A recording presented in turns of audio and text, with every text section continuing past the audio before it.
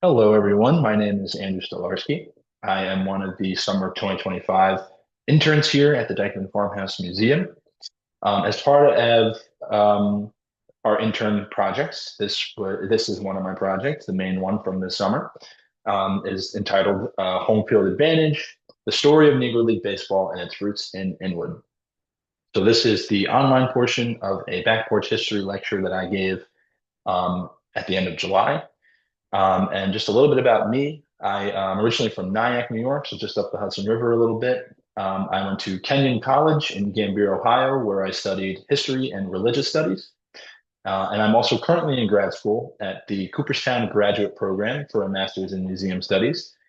And I wanted to build on some research that I did at Kenyon for my senior thesis. I wrote about the establishment of the Negro Leagues and how they came about to be.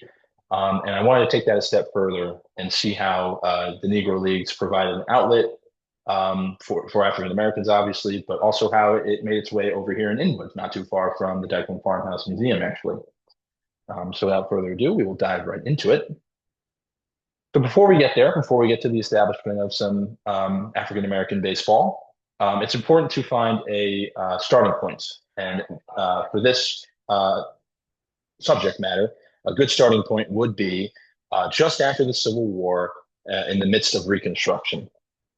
And if we don't know, Reconstruction was the period after the Civil War, which on paper was aimed at to repair the nation after the Civil War, as well as to try to give for the formerly enslaved some more improved social economic improvements for them in in society. So unfortunately, like I said, those were just things on paper. Reconstruction was not as nice and easy as it was initially deemed. So with that first bullet point there, Jim Crow laws and widespread segregationist attitudes were still rampant in the South. It was very, very difficult for African Americans to truly gain full social, political, economic autonomy.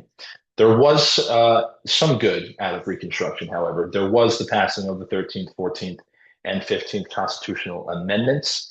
The 13th being that it completely abolishes slavery, the 14th, which grants citizenship and equal protection under the law, and the 15th Amendment, which gives Black men the right to vote. All three were crucial in social reform for African Americans. In doing so, these three amendments actually did enable, in some cases, African American men to hold political office, being on all three levels, local, state, and federal. In addition to the passing of these constitutional amendments, there was the formal establishment of the Freedmen's Bureau. And the Freedmen's Bureau was an organization created just after the Civil War in the midst of Reconstruction to provide all forms of aid to the formerly enslaved. And that aid came in the form of food, shelter, medical care, and legal consultation, which was never done before for African Americans to have a representative like that to defend them in any kind of way. Um, Unfortunately, though, too, with Reconstruction, very similar to that first bullet point, um, it was very difficult to escape white supremacy as well, specifically with the emergence of specific white supremacist groups, most notably the Ku Klux Klan or the KKK, as we know. The KKK did a whole lot to intimidate, strike fear in the hearts of, and they actually also went as far as murdering African Americans, all in efforts to keep putting them down politically, socially, economically, to keep them away from the political polls, to give them that representation. Like I said, with Reconstruction seemingly being a progressive movement, it was still met with quite a bit of challenge for African American individuals. Um, Pictured on the right here, however, at this time, it's important to note for now thinking about African American athletes and baseball. These are the founding fathers or the three standout athletes at this time, but their careers were kind of cut short, if you will, because of not fully obtaining civil liberty. It was very difficult for them to progress than where they were. But nonetheless, these three men were Hall of Famers, or excuse me, are Hall of Famers in the National Baseball Hall of Fame. On the top right is Frank Grant. Just below him is Bud Fowler, and to the left of both of those men is Moses Fleetwood Walker. They are, like I said, they are all in the National Baseball Hall of Fame, and they are considered to be the pioneers or trailblazers at this time to open up the doors, so to speak, for Black athletes and specifically Black baseball players.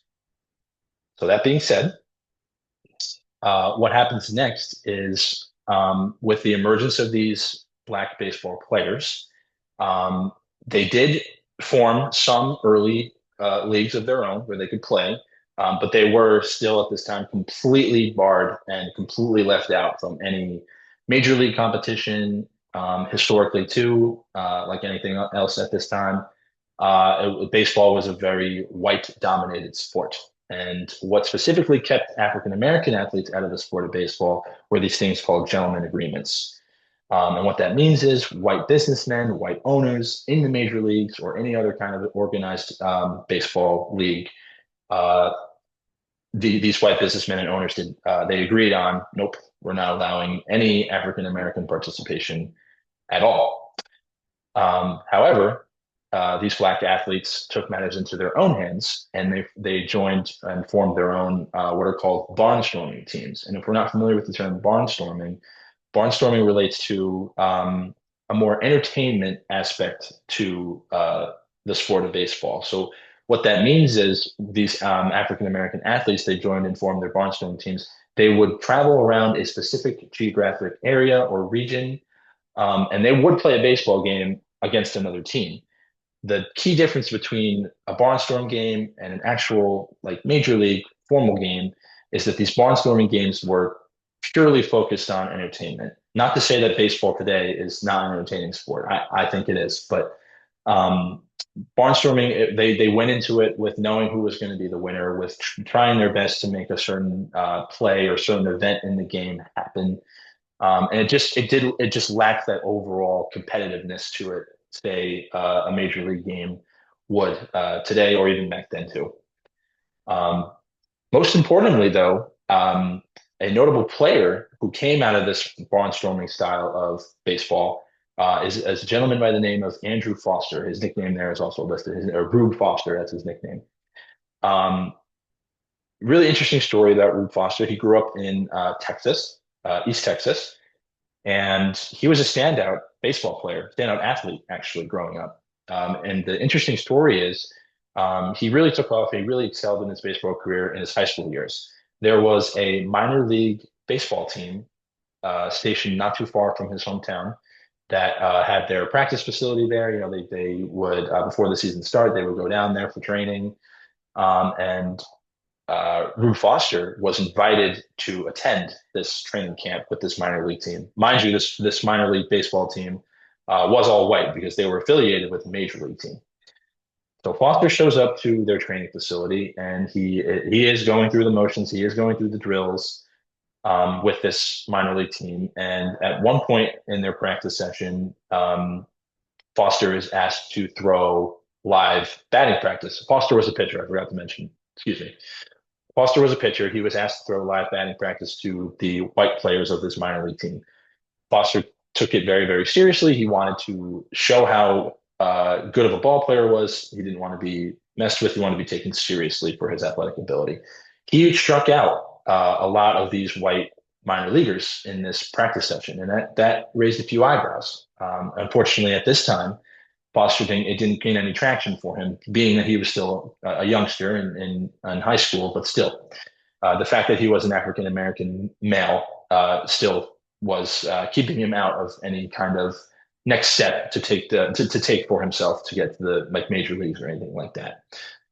Not to say though that Foster he still harnessed that sentiment of I really really want to play at a major league level, and I want others like me, other African Americans, to have an outlet like that to play at a competitive level too.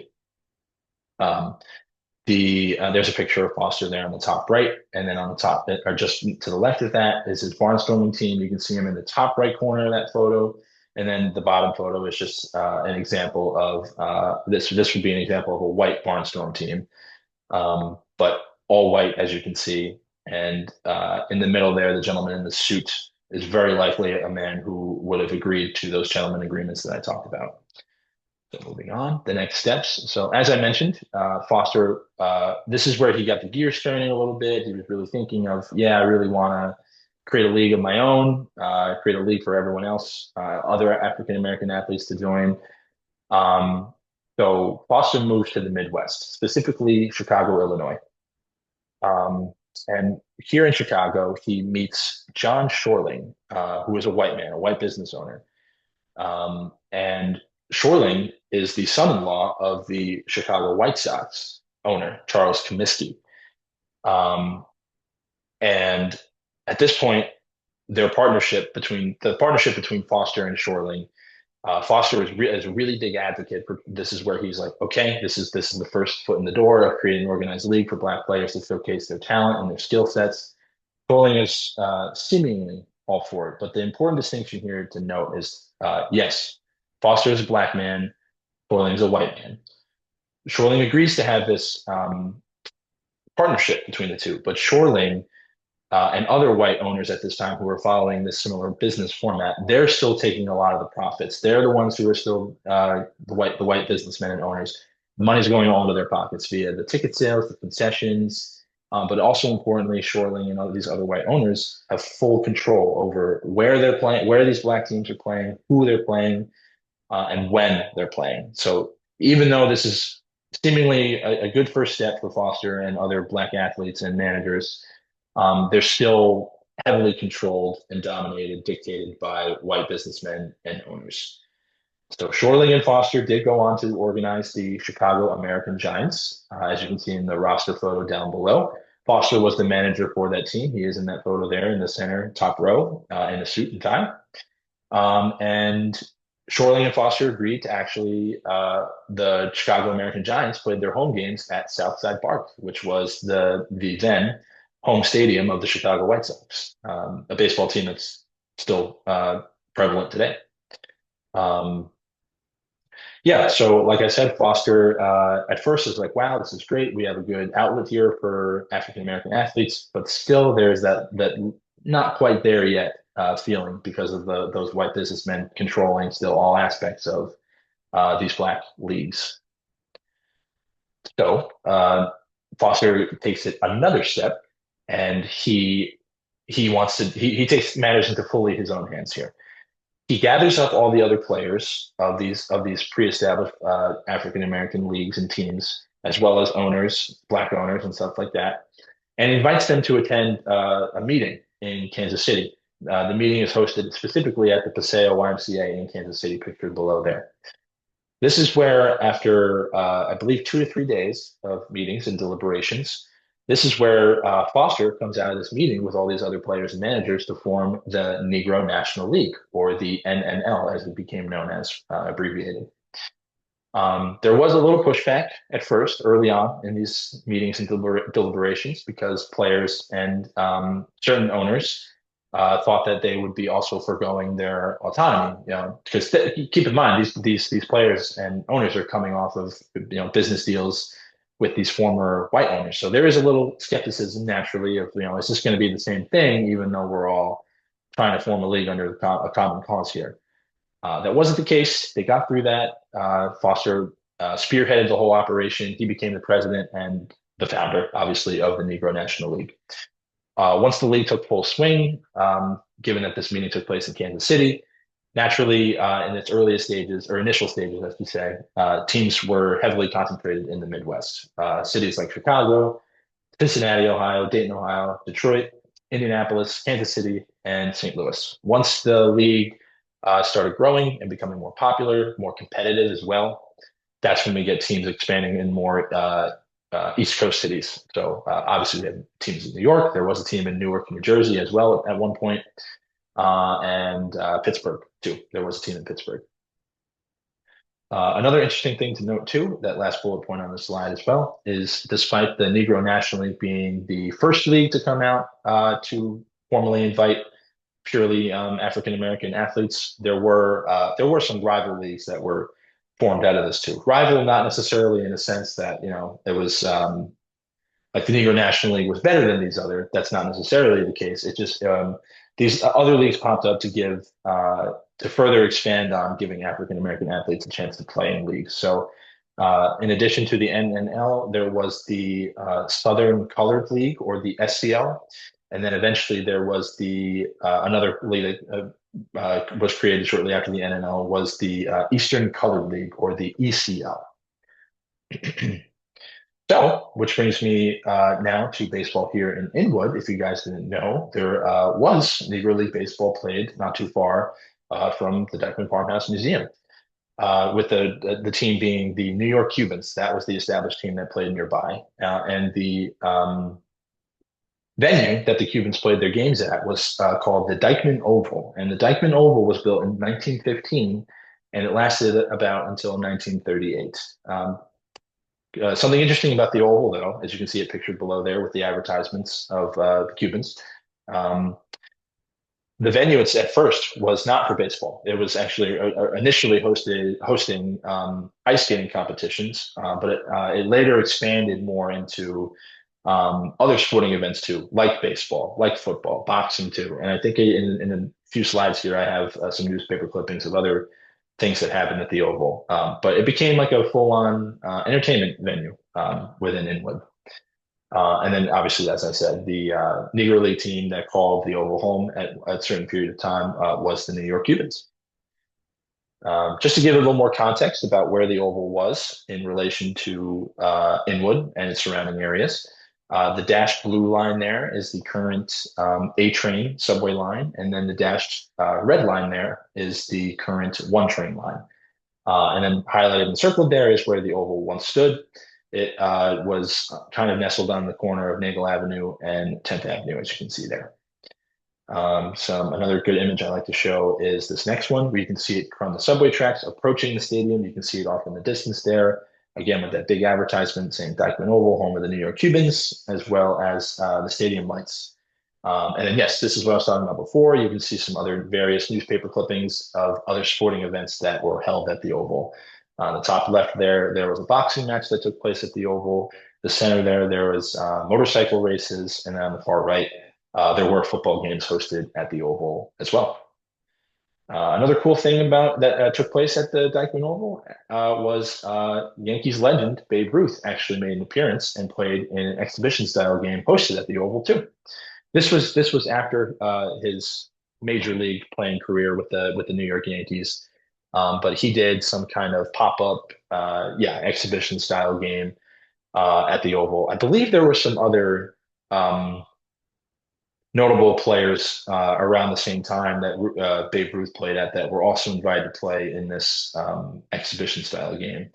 I just can't recall who off the top of my head. Nonetheless, though, Babe Ruth did make an appearance at the Oval, which I think is a really cool piece of history, given that Yankee Stadium is relatively not too far from here as well. Okay, so turning focus now to the Cubans, the baseball team that played their home games at the Oval for a few years. The cool thing about the Cubans is how they got their name. Where did they get their name from? So, like I said earlier with Rube Foster, when we have those early formalized black baseball teams, if they weren't scrimmaging or playing against other black teams, they actually traveled down to the Caribbean and Latin America to play Latin American and Caribbean all-star teams, if you will, the best of the best down there. They would do these scrimmages, and these scouts for the black baseball teams would go down and watch these Caribbean Latinx players play the game of baseball, and basically scout them out and say, hey, you're really good at what you do. Come back to the States, and we have a spot for you on the team. Cuba was one of the countries that these exhibition games between black teams and Latinx teams would happen, and that's where they adopted the Cubans from. They brought that back to name the New York Cubans what they are. The Cubans specifically, though, interestingly enough as well, were predominantly a Latino team. They did have some black players, but it was mostly Latino players. And as I said, the Cubans called the Oval home for many years, but they actually did play in the earlier stages of organized ball as a team. They played some home games at Hinchcliffe Stadium, which is in Paterson, New Jersey. which after some time, once there was a Jersey Negro League team, the Newark Eagles. The Newark Eagles actually moved over to Hinchcliffe, and that was their home stadium. And then the Cubans also had some home games hosted at the Polo Grounds, a historic ballpark for sure in New York City as well. Some quick, interesting facts about the Cubans. Once they came about as a formalized baseball team, they originally entered in the Eastern Colored League, that rival league, if you will, like I mentioned before, that played in conjunction with the Negro National League. The Cubans entered the ECL first. They spent a few years there, and the best place, the best finish that they had within the ECL was second place. And then once they moved into the Negro National League, I believe in the 1939 season, um, they played in the Negro National League from 1939 to 1948. And in 1947, the Cubans did win a Negro National League World Series championship, league title. Yeah. So this overall success and how they came about to be the team that they were, the New York Cubans, cannot be discussed without talking about this gentleman right here, Alex Pompez. Alex Pompez has both African American and Caribbean heritage, and he utilized that actually quite a bit.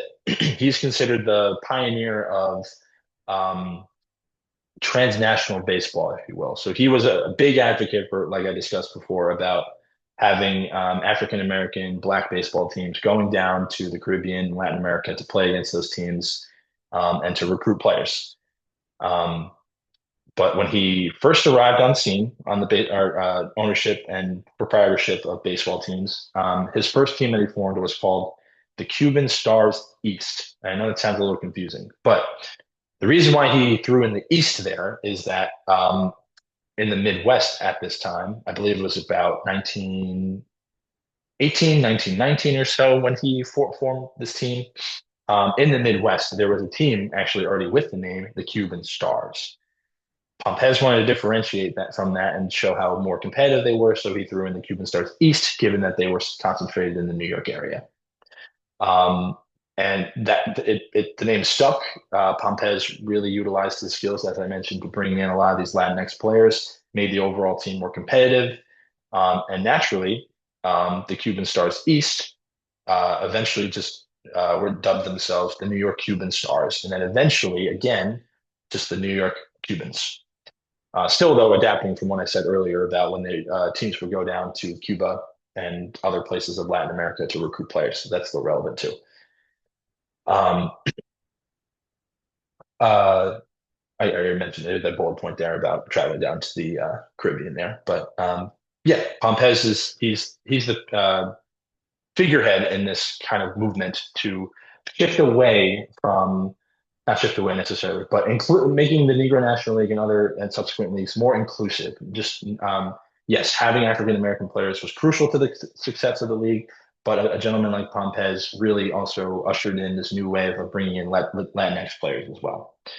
And this proved to be important because when baseball was integrated, of course, with the case of Jackie Robinson and Larry Doby, it paved the way for African American athletes to transition away from the Negro Leagues to try and make cases for themselves to be on major league rosters.